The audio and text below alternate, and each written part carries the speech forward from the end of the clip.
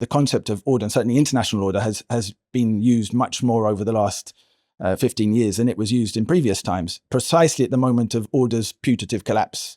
But when people refer to order, they're generally referring to that time after the Second World War up until maybe the financial crisis of 2007, 2008, in which there was an expansion of global governance, international institutions, norms, etc., the UN, and that created a system that wasn't just about US power. It was also about cooperation, the expansion of the aid industry, and all sorts of other things that are thrown into that.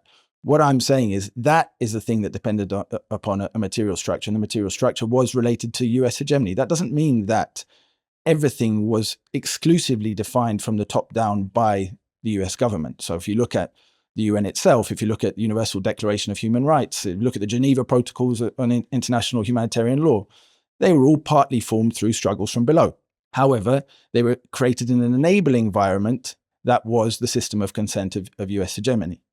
Now, if the material structure of US hegemony no longer exists, I can't see a material structure that on the horizon gives rise to a new hegemonic order, let's say under Chinese leadership.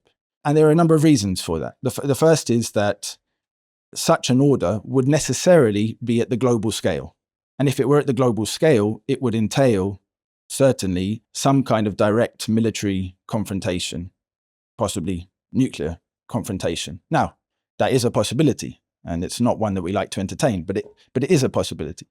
But more than that, there are questions when we look at the political economy of Chinese expansion that might lead us to question whether China is in the situation to direct its own industrial productive expansion to continuously undermine US power, which is what would be required.